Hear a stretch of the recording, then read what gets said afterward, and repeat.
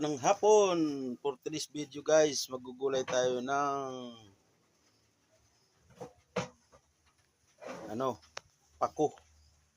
Ito yung pako nga sinuruban.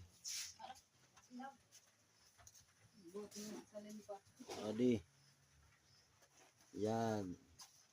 Ito yung panghalo natin guys. Marami. Sarap to. Tapos kalamansi. Yan. Ito yung gulay nating pako. Yan. Tapos ito yung sinanlag nga lubi. Yan guys, yung kulay niya parang medyo tubod-tubod.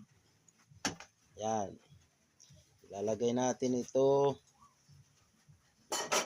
Yan. Pinakuluan lang to. Yan,